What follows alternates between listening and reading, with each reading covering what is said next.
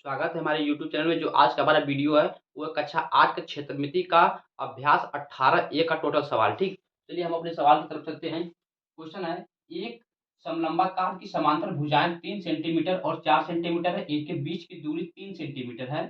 समलंबाकार क्षेत्र का क्षेत्रफल ज्ञात कीजिए। तो पहले हम ये समझ लेते हैं कि समलंब की आकृति कैसी होती है। तो ये है हमारी समलंबाकार आकृति। ये भुजा को हम B1 कहते हैं, इस भुजा को B2 कहते हैं, और इनके जो बीच की दूरी होती है उसे हम यश से प्रदर्शित करते हैं। और जो इसका सूत्र होता है वो होता है A बराबर 1/2 B1 प्लस B2 गुणे यच होता है। चलिए सवाल को हम हल करते हैं। कहा है एक समलंबाकार की समांतर भुजाएं 3 सेंटीमीटर, भुजा तो यही है B1 और B2, तो हम कहते हैं कि B1 बराबर 3 सेंटीमीटर और 4 सेंटीमीटर है, तो B2 का मान हमारा हो गया 4 सेंटीमीटर। ठीक, आगे इनके बीच की दूरी 3 सेंटीमीटर, जो ये बीच की ऊंचाई है, जैसे इसके बीच की दूरी है, तो ऊंचाई को हम लिखते हैं यच से, तो यच बराबर हो गया हमारा दिया 3 सेंटीमीटर, तो हो गया 3 सेंटीमीटर। तो कहा है कि इनका क्षेत्रफल ज्ञात कीजिए। तो क्षेत्रफल बराबर हम फार्मूला लिख चुके हैं, 1/2 B1 प्लस B2 गुणे यच। तो 1/2 B1, B1 का मान है 3, तो 3 प्लस B2 का मान है 4, तो 4 और गुणे यच, तो यच का मान है 3, तो 3 हो गया। इसको हल कर देंगे। 1/2 3 और 4 को जोड़ेंगे तो 7 और 7 लिख के 21 गुणे 21 हो गया बराबर 21/2। इसको जब हल करेंगे तो जाएगा 10.5 वर्ग सेंटीमीटर। ठीक, ये इसका हल हो गया।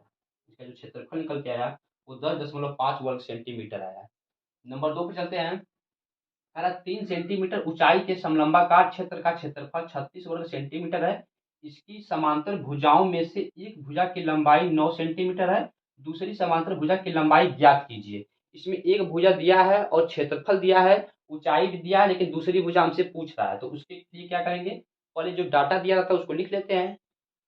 कहा 3 सेंटीमीटर ऊंचाई, ऊंचाई का मान हमको दिया है 3 सेंटीमीटर, 3 सेंटीमीटर का समलंबाकार क्षेत्र का क्षेत्रफल, क्षेत्रफल का मान दिया है हमको 36 वर्ग सेंटीमीटर, 36 वर्ग सेंटीमीटर। क्या है कि इसकी समांतर भुजाओं में से एक भुजा की लंबाई हम कह देते हैं कि ये B1 दिया है 9 सेंटीमीटर। ठीक, तो दूसरी भुजा ज्ञात कीजिए, तो B2 का मान हमको निकालना है। तो फार्मूला होता है, यही होता है 1/2 B1 प्लस B2 गुणे यच।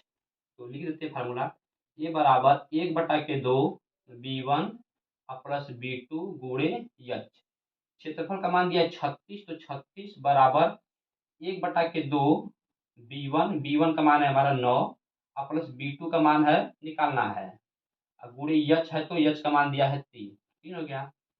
इसका तिर्यक गुणा कर देंगे, 36 दूना 72 हो जाएगा बराबर, ये इसका अंदर गुणा कर देंगे, 3 का गुणा 9 में करेंगे तो 9 3 27 और प्लस 3B2, 27 को इधर भेज देंगे तो 72 में से 27 निकल जाएगा तो बचेगा 45, तो 45 को इधर लिख देते हैं और 3B2 को ऐसे लिख देते हैं। ठीक, क्योंकि बराबर में है, इधर लिखे चाहे उधर लिखे, तो जो B2 का मान निकल के आएगा वो 45/3 होगा बराबर 15 सेंटीमीटर।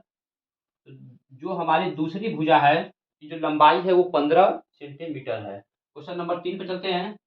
है चतुर्भुज ABCD में AB समानांतर CD और AB लंब है AB पर, AB बराबर 8 सेंटीमीटर, BC बराबर DC बराबर 5 सेंटीमीटर। चतुर्भुज ABCD का क्षेत्रफल ज्ञात कीजिए। क्या चतुर्भुज ABCD में ABCD में AB समानांतर है CD के, मतलब AB समानांतर है DC के, तो ये हो गया हमारा CD, C ये और D ये, मतलब ये इसके समानांतर है। ठीक, और AB लंब है AB पर, AB ये है और AD लंब है तो AD इस पर लंब हो गया। ठीक, AB बराबर 8 सेंटीमीटर, तो AB बराबर 8 सेंटीमीटर हो गया।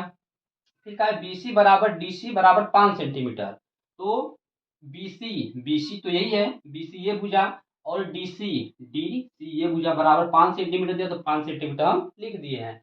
आगे चतुर्भुज ABCD का क्षेत्रफल ज्ञात कीजिए कहा है, तो हमको ये कौन सा चतुर्भुज है, तो ये कौन सा चतुर्भुज है फ्रेंड, ये समलंब चतुर्भुज है। समलंब चतुर्भुज का जो फार्मूला होता है वो होता है 1/2 B1 प्लस B2 और गुणियच होता है। तो सबसे पहले हमको क्षेत्रफल निकालना है, तो B1 प्लस B2 का मान चाहिए। कहने का मतलब ये भुजा तो हमको दिया है और ये भुजा भी दिया है, लेकिन हमको ऊंचाई नहीं दिया है। ये ऊंचाई कितनी है यही हमको ज्ञात करना। जब ऊंचाई हमको पता हो जाएगा तो हम इसका क्षेत्रफल भी आसानी से निकाल देंगे। तो ऊंचाई निकालने के लिए क्या करेंगे, देखिए ऊंचाई ये तो ज्ञात नहीं है हमको। देखिए यहाँ पर सी और बी दिया है 5 सेंटीमीटर, लेकिन ई बी नहीं दिया है, वो भी ज्ञात करना है और ई सी भी ज्ञात करना है। तो देखिए ये कहा, ये एक 90 डिग्री का कोण है और यहाँ से यहाँ का देखिए 5 सेंटीमीटर, ये तो 5 सेंटीमीटर का ये भी होगा।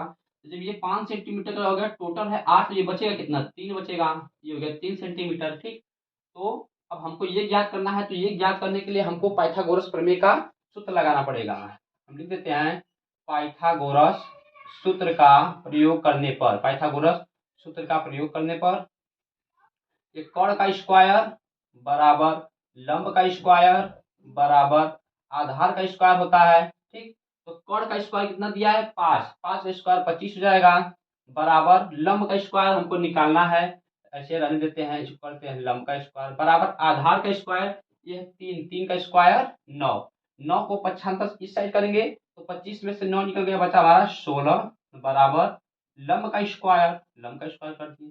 हमको लंब का स्क्वायर का मान नहीं चाहिए, हमको लंब चाहिए, तो 2 को इधर भेजेंगे तो ये जाएगा लंब बराबर करड़ी में 16, और 16 का वर्गमूल कितना होगा, तो लंब बराबर हो गया हमारा, ये हो गया 4। तो हमको जो मान निकला लंब का ये मिल गया हमको 4 सेंटीमीटर इसकी ऊंचाई मिल गई। तो इसका लिए क्षेत्रफल निकाल लेते हैं, 1/2 b1 का मान है हमारा, यहाँ पर लिख लेते हैं b1 ये है 8, इसको लिख देते हैं 8 और प्लस b2 का मान है 5, तो 5 हो गया, अब गुणे यच का मान हम निकाले हैं 4, ये हो गया 4। इसको हल करेंगे तो a बराबर 1/2 8 और 5 हो गया 13 और 13 चौके 52, ये हो गया 52 बराबर 52/2 कर देंगे, 52/2 इसको हल करेंगे, ये हो गया 2, यहाँ बचा 1, ये हो गया 6, 26 वर्ग सेंटीमीटर। तो यहाँ जो ए बी सी डी का जो क्षेत्रफल है वो 26 वर्ग सेंटीमीटर आएगा। ठीक, क्वेश्चन नंबर 4 पर चलते हैं।